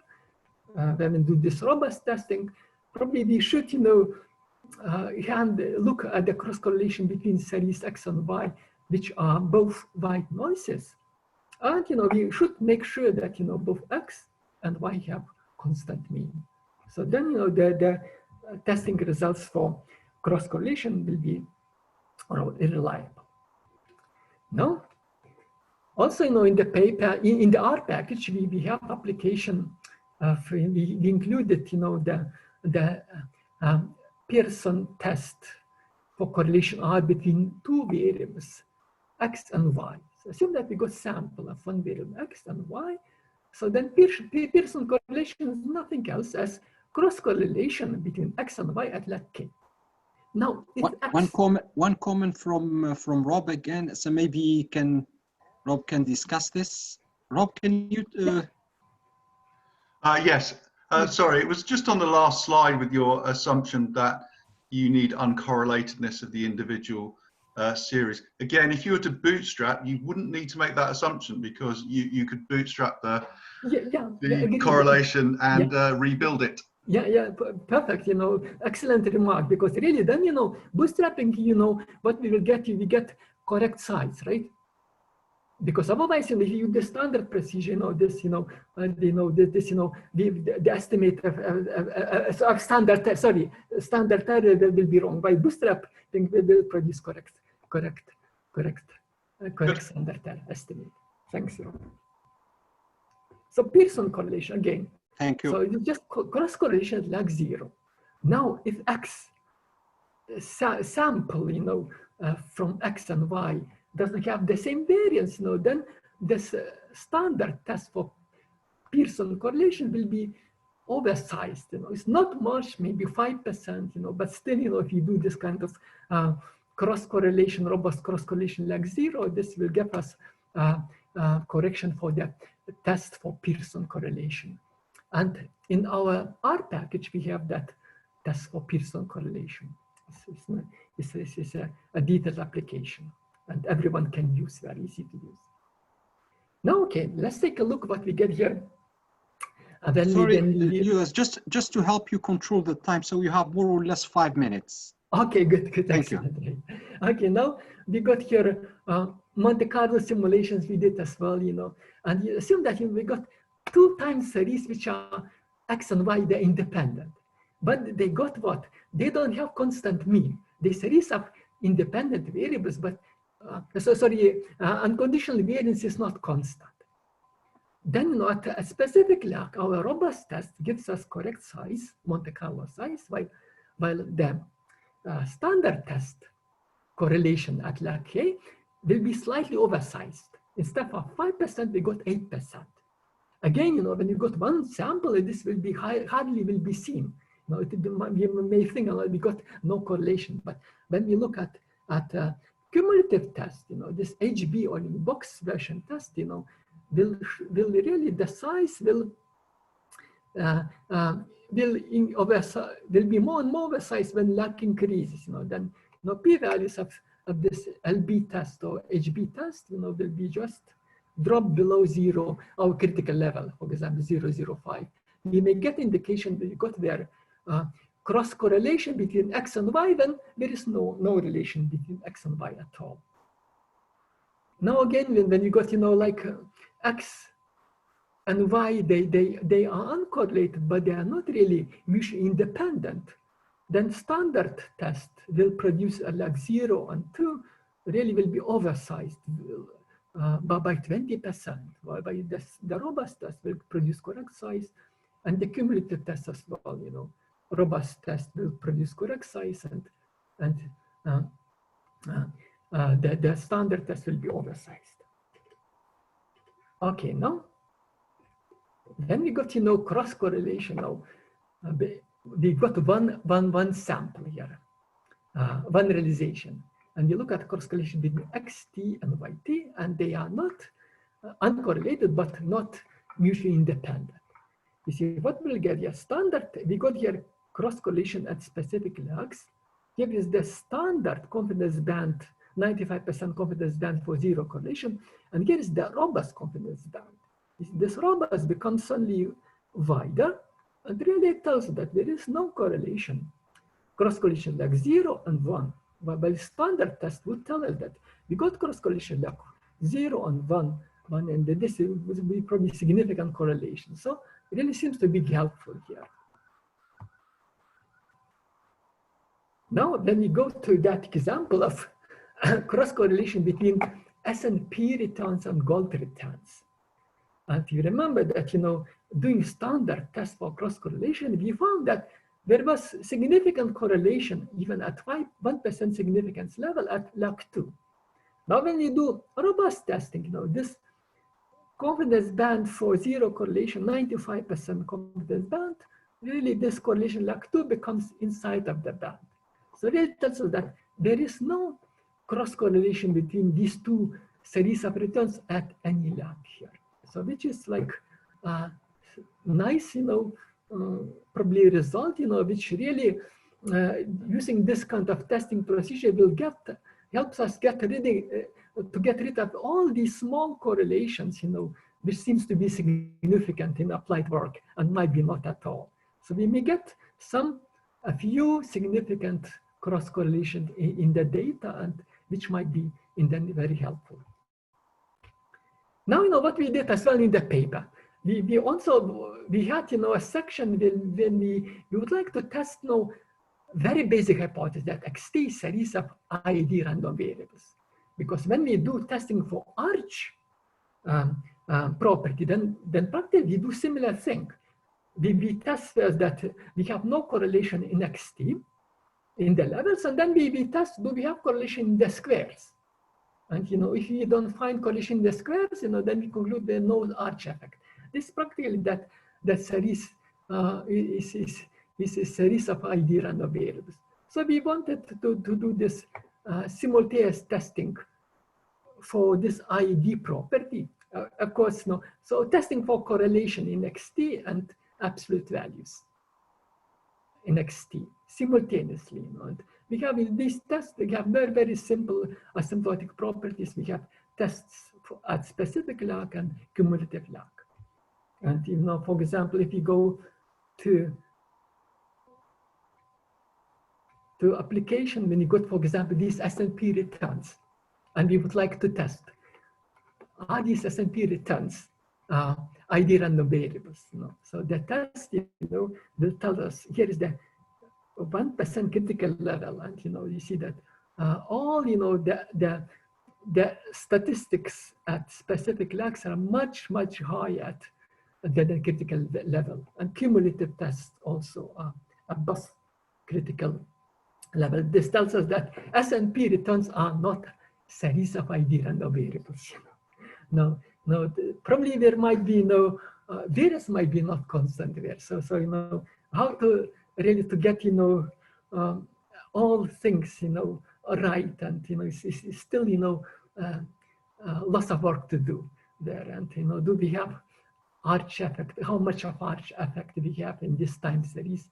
Like financial returns is still interesting, open problem there. So probably I will stop here because I'm exceeding my time.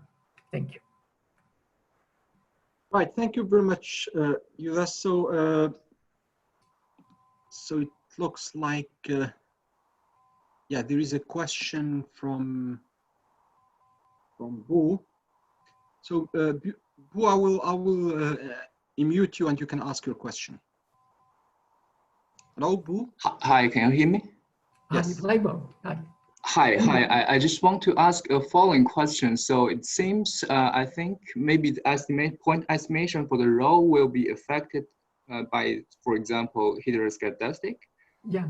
And by using this method, is there a way to adapt this method to adjust this point estimation when, for example, under this robust test, this role is still significant, but probably is a bit biased?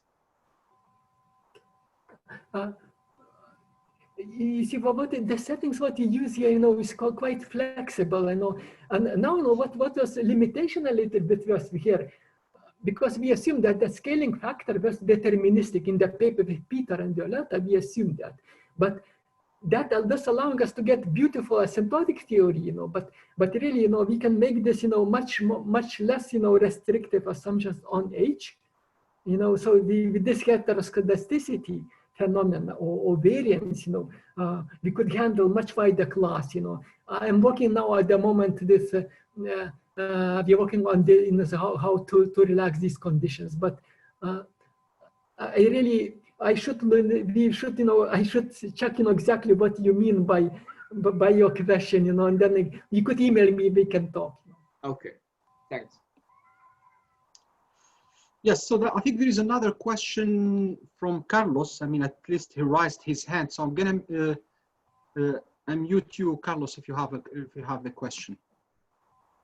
Hello, Carlos. Hello, you can hear me? Yeah. Hi, Carlos. Hi, Liudas. Just a couple of very fast comments or questions about your martingale difference assumption. Because if you test in a correlation and you're assuming martingale difference, you could test this directly on one hand. On the other hand is how much stronger is this assumption compared to the assumption that I think Lobato and Ankervis and Sabin are doing, because I think they assume correlation plus mixing instead of martingale difference. And as I remember, the problem with the martingale is that you're killing some type of correlations. I think the asymptotic covariance metrics, these are you're estimating, simplify somehow under the martingale difference. With other, I remember it's more complicated. Yeah, you see, they're very, very, very good point, because we looked at very carefully and that paper, and they assume mixing assumption. Yeah. And then, we need to impose some structure, right? And so we assume like mixing, right, or martingale differences, right? And now, what is why this also, why we use martingale differences? Because we want to get exact asymptotic theory, right? And then, this was very, if you won't go in detailed proofs, this really helps us, right? But while mixing again might be, when we go to this kind of cumulative tests, it might be a bit different story, different world, right? But I agree, that one thing is both. One more questions, okay. Thank you, Liudas. Thank you.